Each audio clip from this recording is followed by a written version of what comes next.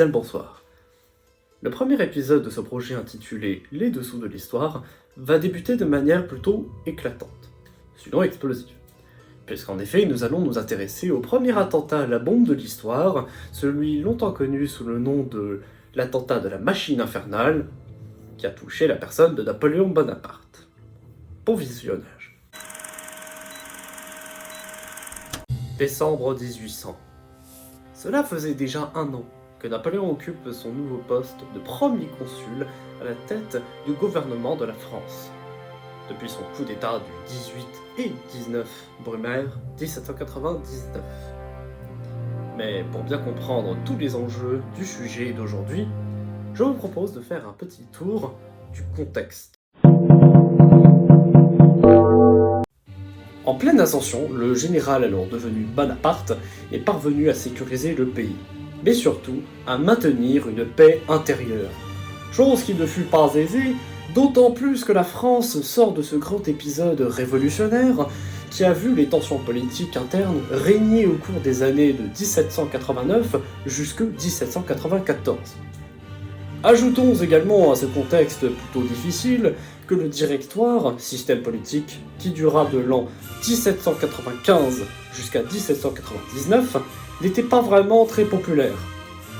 La faute, un fort taux de corruption entre les membres, mais également d'autres problèmes auxiliaires. Vous l'aurez donc compris, les premières actions de Bonaparte lui octroient une forte popularité envers ceux qui croient au principe même de la révolution. En revanche, la chose peut, comme nous allons le voir, froisser les avis de certains, amenant ainsi à une escalade inévitable de la violence.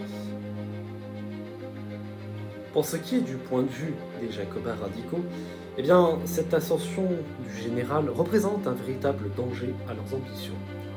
Pour donner quelques mots de définition de qui sont ces Jacobins, nous pourrons dire qu'il s'agit d'un courant politique né avec la Révolution française et qui défend la souveraineté populaire.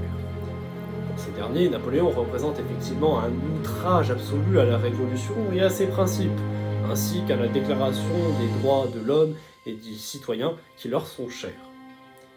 En fait, il constitue un véritable parti d'opposition contre Napoléon. Depuis son accession au pouvoir, Bonaparte constate que la vie politique en France est fortement mouvementée. Fouché, son ministre de la Justice, dit la chose suivante: « L'air est plein de poignards ». En effet, cette phrase résonne véritablement dans le paysage politique de l'époque, notamment par le fait qu'en octobre 1800, soit 2 mois avant l'attentat qui nous intéresse au sujet d'aujourd'hui, 2 individus avaient été arrêtés à l'opéra. Et vous l'aurez compris, ces derniers étaient munis de poignards. Et ces événements liés plus ou moins à cette arme symbolique du poignard qui ont alerté l'esprit du premier consul, qui comprend alors que la menace viendrait du banc de la gauche révolutionnaire, et c'est ce que l'on appelle alors la conspiration des poignards. Mais il faut bien dire que Bonaparte surveille tous les niveaux de la vie politique française, surtout les monarchistes, et cela se comprend, qui ont vu leurs ambitions véritablement calmées, réprimées dans la violence, mais qui peuvent toujours éclater d'un moment à l'autre. Et c'est ce qui va inquiéter d'ailleurs l'esprit du premier consul. Le poignard est un élément qui terrifiait les hommes de pouvoir de l'époque. Dans les mémoires, on a l'idée de l'assassinat de Jules César, le 15 mars 44 avant Jésus-Christ, qui fut poignardé à 23 reprises par les sénateurs romains. Autre image, celle de la mort d'Henri IV, tué dans son carrosse le 14 mai 1610 par un opposant politique et religieux, Ravaillac. D'ailleurs, pour la petite anecdote, ce dernier subira un sort quelque peu tiré par les membres, puisqu'il fut écartelé sur place publique.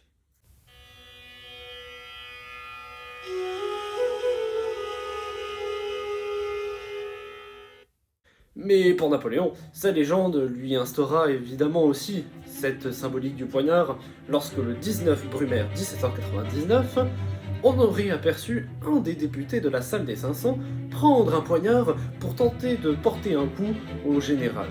Mais il faut surtout en tirer ici que Napoléon fut traumatisé par la foule qui se précipita sur lui.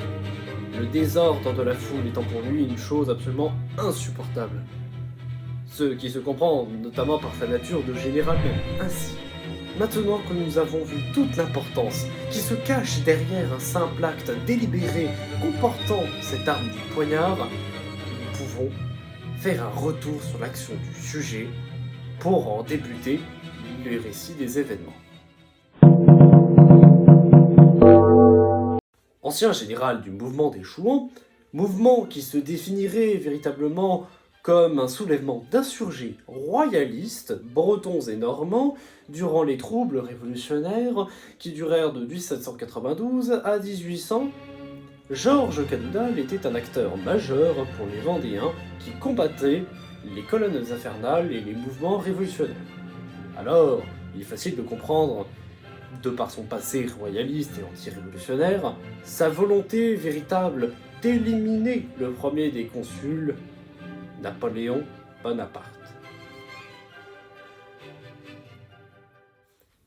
Bien sûr, dans l'exécution de telles opérations, l'intervention anglaise n'est pas de trop. Le 19 juin 1800, plusieurs mois donc avant l'attentat qui nous intéresse, Cadoudal écrit une lettre adressée au gouvernement britannique à propos de sa volonté de réaliser un coup essentiel dans la capitale à l'encontre de Bonaparte. Le premier consul y arrive au premier jour. Il est de la plus haute importance de s'emparer le plus promptement possible de ce personnage. J'envoie à Paris pour savoir dans quelle position sont ceux qui sont chargés de cette opération. Et j'ai une 60aine d'hommes de main. Excusez-moi, c'est tout toujours.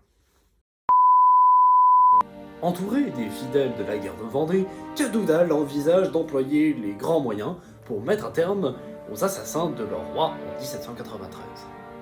Il confie l'opération à deux vétérans de la guerre de Vendée, Pierre Robineau de Saint-Régent et Pierre Picot de Limoëlan. Ce dernier est un fils d'aristocrate qui fut assassiné, ou en tout cas exécuté, durant la Révolution. Effectivement, avec autant de particules et de longueur de nom, on peut aisément deviner qu'il ne s'agit pas des plus basses couches de la société. Enfin bon, retournons sur le sujet. Ces derniers vont d'ailleurs, à leur tour, recruter des complices. En effet, cela crée un véritable réseau difficile à cerner. Et la décision est prise d'utiliser une nouvelle manière pour assassiner le premier consul. Cet outil serait alors une bombe cachée dans une charrette. En fait, le plan était réfléchi à l'avance, pour tenter de négliger aucun détail dans la réalisation du plan. Ça doit être l'attentat parfait. Un peu plus tôt, la presse avait même annoncé que le 24 décembre, le premier consul viendrait en personne pour assister à la première représentation d'une pièce d'opéra. Alors, le 26 frimaire de l'an 9 du nouveau calendrier révolutionnaire, que l'on va allègrement transcrire en 17 décembre, puisque je déteste absolument le calendrier révolutionnaire. Ça n'a aucun sens. François-Joseph Carbon, un des comploteurs recrutés et un autre vétéran vendéen, se fait passer pour un vendeur ambulant qui aurait besoin d'une charrette pour réaliser son humble commerce. Il achète donc cette charrette accompagnée d'une jument chez un marchand de grains qui offre les deux éléments à la fois pour un prix de 200 francs, soit une plutôt bonne affaire. Et c'est un sanctuaire de préparation de l'opération et de l'assassinat qui se prépare. Les compagnons se logent tous dans la rue du Paradis, aujourd'hui alors dans le 10e arrondissement. La confection de cette étrange nouveauté demande une bonne préparation en amont. En effet, le tonneau est carrément maintenu avec des anneaux en fer pour être attaché à la charrette.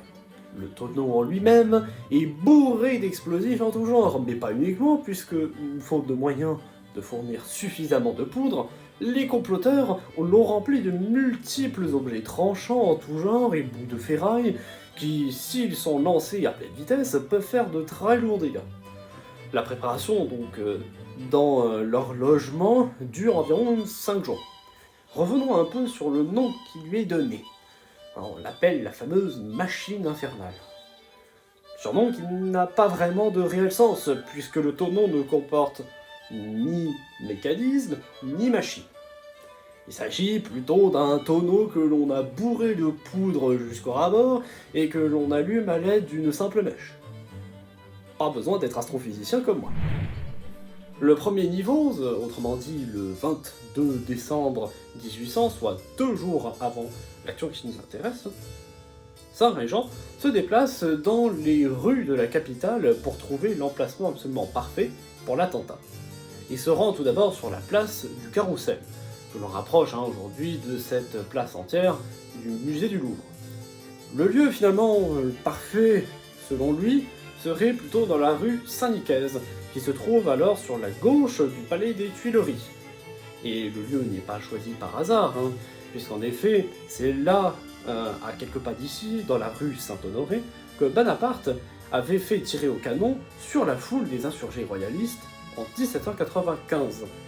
Mais également que cet emplacement est dans la continuation de la route qui mène des quartiers où se trouve généralement le premier consul et sa femme, vers l'opéra, le lieu de rencontre de la soirée. L'idée alors, dans le bon déroulement des opérations, serait alors que l'un des compagnons des complotistes se posterait quelques mètres avant l'hôtel de Longeville. En fait, c'est ici qu'il pourrait voir le cortège de Bonaparte sortir des Tuileries pour se rendre à l'opéra. Il ferait alors un signal pour avertir ses compagnons afin d'allumer la mèche qui déclencherait l'explosion.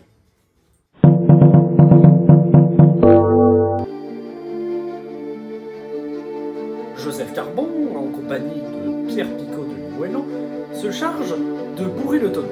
Une fois la tâche réalisée, ils se rendent dans la rue Saint-Nicaise où ils harnachent la jument avec la charrette. Limoëlan rejoint alors son poste depuis l'hôtel de Longeville, d'où il pourra lancer le signal de la mise à feu de la mèche. Alors que Limoëlan se rend à son poste, Pierre Robineau de Saint-Régent trouve là, dans la rue de Saint-Nicaise, une jeune fille que l'on identifie comme ayant 14 ans. Elle s'appelle Marianne Peuzol. Et elle est la fille d'une marchande plus loin dans la capitale. Cette jeune Marianne vend alors des petits pains pour subvenir aux besoins de sa mère et rapporter un peu d'argent. Régent donne alors 12 sous pour que cette dernière tienne le harnais du cheval, histoire de quelques minutes. Il est 19h dans la capitale. Bonaparte finit une longue journée de travail. Il est alors certain qu'il est en totale sécurité de par le travail de son ministre Fouché. Il est fatigué et somnole à moitié. Joséphine, sa femme quant à elle, veut absolument assister à cette représentation qui est alors faite pour la première fois, intitulée Die Schöpfung. Autrement dit en français, la création, pour ceux qui ne parlent pas l'allemand. Œuvre de Joseph Haydn, c'est une des grandes soirées parisiennes de l'année. Pour y assister, elle veut absolument que son mari l'accompagne. Bonaparte n'est absolument pas d'accord avec cette idée de par sa fatigue. Il dit la chose suivante. On me pressait beaucoup d'aller à l'opéra. J'avais été fort occupé toute la journée, me sentant fatigué et accablé de sommeil. Je m'étais jeté sur un sofa dans l'appartement de ma femme. Mais Joséphine ne l'entendit pas de cette oreille. Elle descendit peu après, m'éveilla et voulut absolument que j'assiste au spectacle. Et de par la passion et l'amour qu'il éprouve pour son épouse, il lui reconnut qu'elle était une excellente femme, mais elle désirait que je fisse tout mon possible pour m'attirer l'affection du peuple. En effet, Joséphine soutient de tout cœur son mari dans ses projets politiques. Lui étant un militaire de métier qui applique la logique de l'armée dans sa vie. On peut donc dire qu'elle est là pour adoucir sa vie et l'emmener vaguer à d'autres occupations. Et il faut dire aussi que Napoléon n'aime pas contredire sa femme, ou aller à contre-courant avec elle. Alors, parfois il s'approche de certaines remarques plutôt désobligeantes, oui. Vous savez, quand les femmes se sont mises quelque chose dans la tête, il faut qu'elles en viennent à bout ou qu'on les satisfasse. Donc finalement, il accepte l'invitation de Joséphine. Non sans mal et avec très peu d'entrain, mais il s'y rend quand même. Et ils sont attendus à 8 heures à cet opéra qui se trouve à la rue de la Loi. Actuellement alors, la rue de Richelieu à Paris.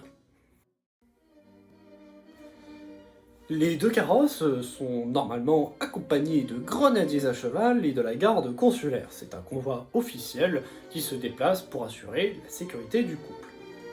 Mais il faut dire aussi que Joséphine se fait plutôt tarder pour se préparer et mettre sa plus belle tenue de la soirée. Napoléon patiente patiemment sa femme qui se débat avec alors apparemment un châle qu'elle avait reçu de Constantinople. Mais il faut aussi dire que la patience de Bonaparte s'estompe et ce dernier décide finalement de partir directement sans attendre sa femme. Ce qui explique en partie effectivement pourquoi il y avait deux carrosses séparées. Dans le premier carrosse, on trouve alors Napoléon. Il est accompagné du général Bessières et du général Jean Lannes, qui est alors son aide de camp et le plus proche de Napoléon. Dans le second se trouvait Joséphine, sa fille Hortense de Beauharnais, mais également Caroline Bonaparte, qui, il faut noter, était à ce moment enceinte. Dans la rue Saint-Nicaise, il y a une certaine agitation, avec l'annonce du passage du cortège.